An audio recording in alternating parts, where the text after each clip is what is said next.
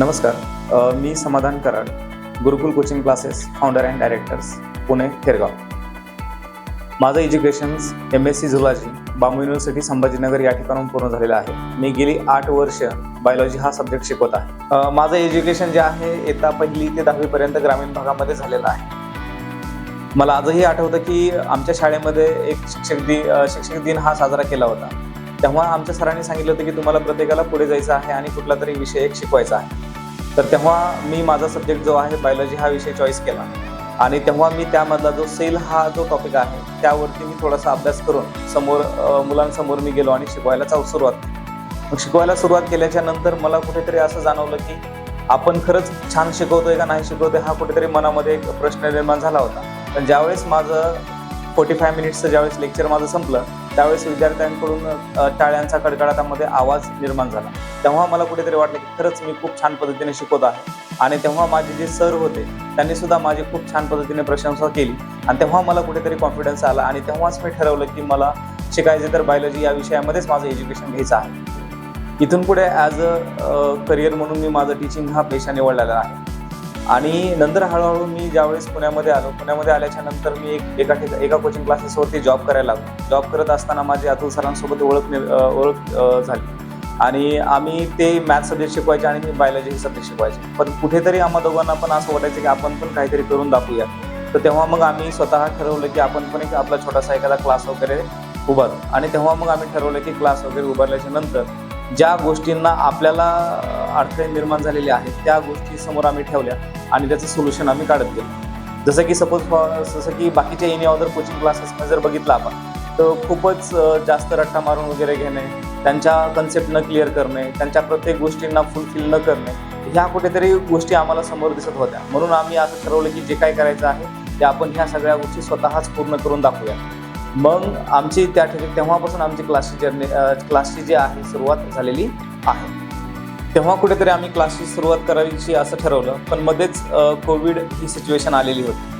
मग कुठेतरी आमच्या स्वप्नांचे पंख जे आहेत ते छाटले गेले होते. पण कोविडच्या नंतर सर गावाकडे गेले, मी पण गावाकडे गेलो, कारण की ती परिस्थिती तशी होती ती हँडल करता येत नव्हती. मग आम्हाला काही पालकांचे पुण्यातून कॉल आले की सर तुम्ही या आणि प्लीज परत क्लास चालू करा आणि आम्हाला टाकायचं आहे तर तुमच्याकडेच टाकायचं आहे.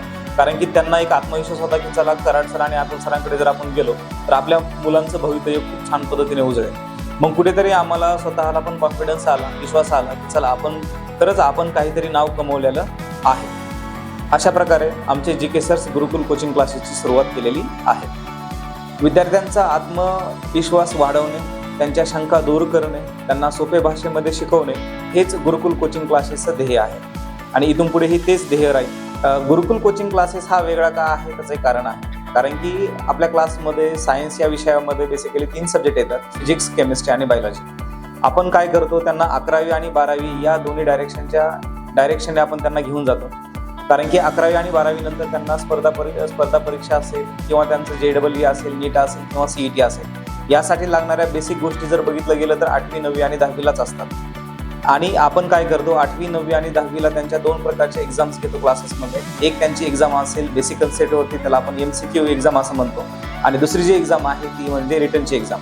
जसं की आपल्या क्लासेसमध्ये फिजिक्सला वेगळे टीचर्स आहेत, केमिस्ट्रीला वेगळे टीचर्स आहेत आणि बायोलॉजीला वेगळे टीचर्स आहेत आणि या तिन्ही सब्जेक्टला आपण 8, 9, 10साठी आपण जनरल सायन्स हा सब्जेक्ट असं म्हणतो.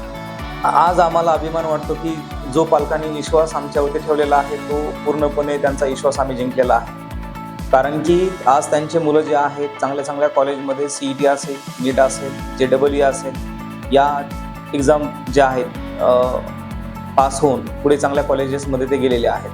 कारण की आजही त्यांचं म्हणणं येतं की सर तुम्ही 8वी, 9वी आणि 10वीला कुठेतरी बेसिक खूप छान पद्धतीने घेतलं म्हणून आज आम्ही त्या एक्झाम क्रॅक केलेल्या आहेत. गेली 5 वर्ष झालं जे गुरुकुल कोचिंग क्लासेसमध्ये विद्यार्थी शिकत आहेत आणि जे अचिव्हर्स आहेत त्याचं एक कारण आहे की आपल्या क्लासेसमध्ये होणारी टेस्ट सिरीज आणि आपण तयार केलेले एक सॉफ्टवेअर. कारण की या दोन्ही माध्यमामधून विद्यार्थ्यांना परीक्षेमध्ये येणारे जे प्रश्न आहेत यांचे चांगल्या पद्धतीनं उत्तर ते लिहू शकतात. गुरुकुल कोचिंग क्लासेसमध्ये जे आपण फाउंडेशन घेतलेलं आहे 8वी, 9वी, 10वी त्याचा उपयोग कुठेतरी 11वी आणि 12वीसाठी होतो. तर आपण आता आपल्या क्लासेसमध्ये 11वी आणि 12वी वन रूफमध्ये आपण शिकवण्याचं प्लॅनिंग करत आहोत आणि ऑलरेडी सध्या ते प्रेझेंट आहे.